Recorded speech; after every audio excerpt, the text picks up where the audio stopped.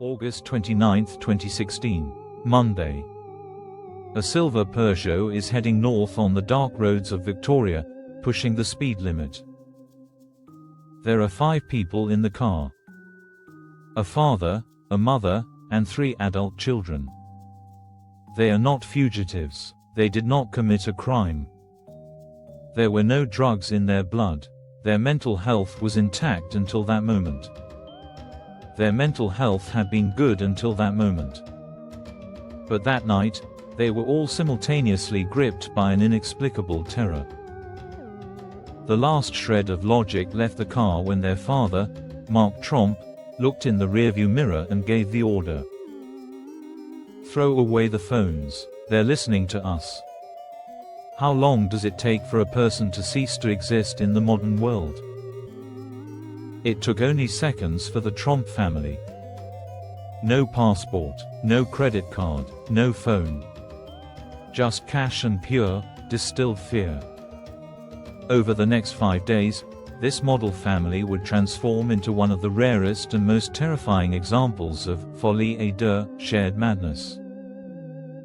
This journey they took to keep each other alive was actually a highway leading to the collapse of their minds. This is the story of the Tromp family. To make sense of this dark picture, we must first look at the light. Sylvan is a quiet town east of Melbourne, famous for its fertile land. The Tromp family didn't just live here, they were a part of it. Mark Tromp, 51, was a hard-working father who had built a successful blackcurrant farm with his own 2 hands. His wife, Jacoba, 53, was his biggest supporter. Their children are Rihanna, Mitchell and Ella. They weren't rebellious teenagers. They were loyal to the family business, athletic, educated and loved by their community. Their neighbors described them as looking like a fist clenched together. Maybe that was exactly the problem. The Tromps had established a perfect ecosystem within themselves, closed to the outside world.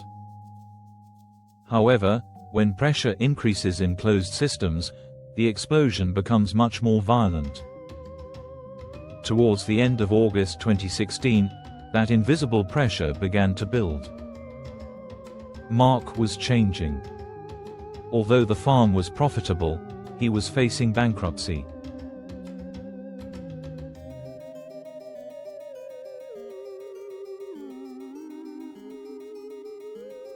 But his fear was greater than money. Someone was saying, "Someone is watching us. They want to destroy us." On the morning of August 29th, Mark woke the family. There was no room for debate. "We have to go." They left the house in such a hurry that they didn't lock the doors.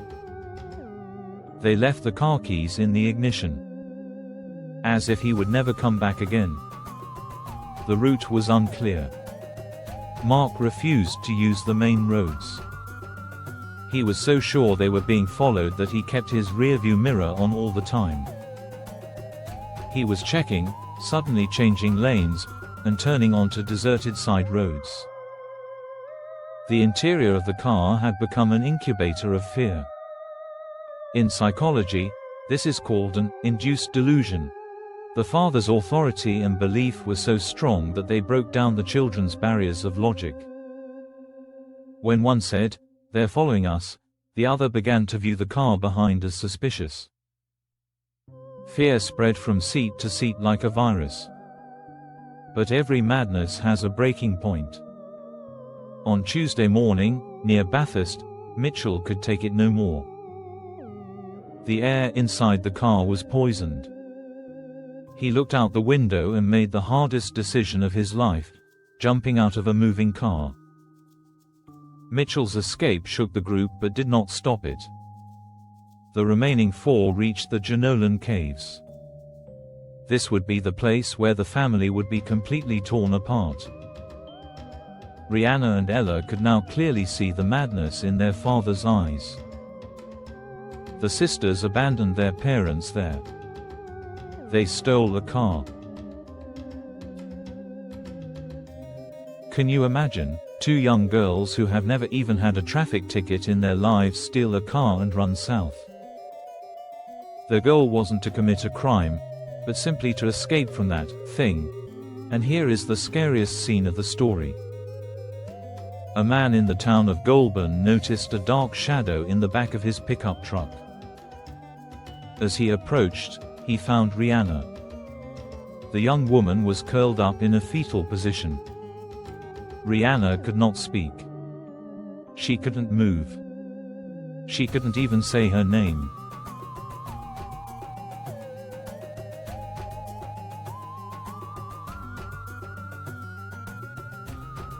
The medical name is catatonia. When the mind cannot process the fear it is experiencing, it flips the switch.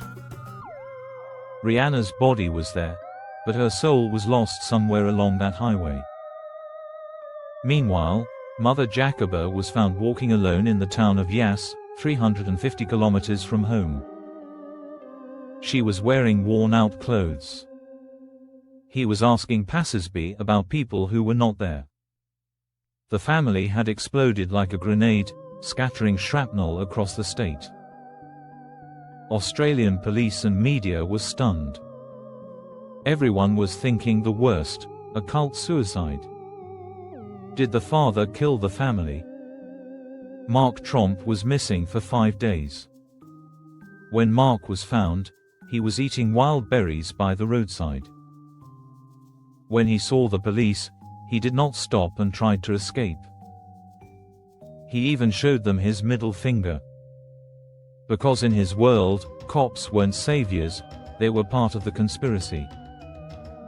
Everyone waited for the toxicology report. It's definitely drugs, they said. But when the results came in, everyone was silent, negative. No drugs.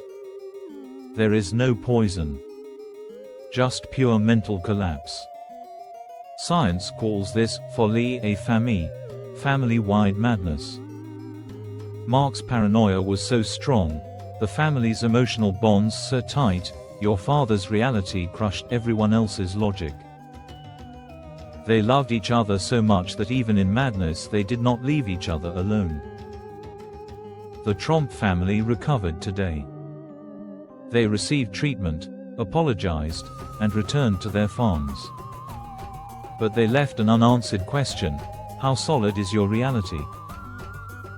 If someone you trust says, run, do you run without looking back?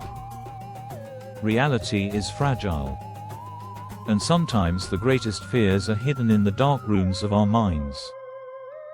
Thanks for watching. Stay tuned on Onyx Able.